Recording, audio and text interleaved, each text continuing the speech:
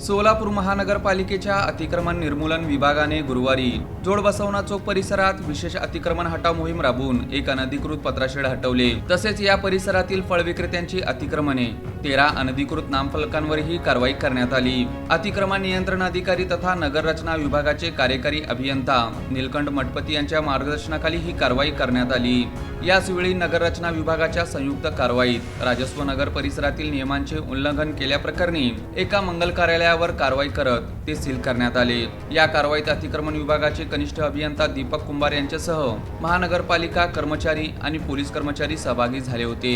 सोलापूर शहरातील अनधिकृत बांधकामे व अतिक्रमणांविरोधातील कारवाई यापुढेही सुरू राहणार असल्याची माहिती महानगरपालिका नगर रचना विभागाचे कार्यकारी अभियंता नीलकंठ मठपती यांनी दिली आहे।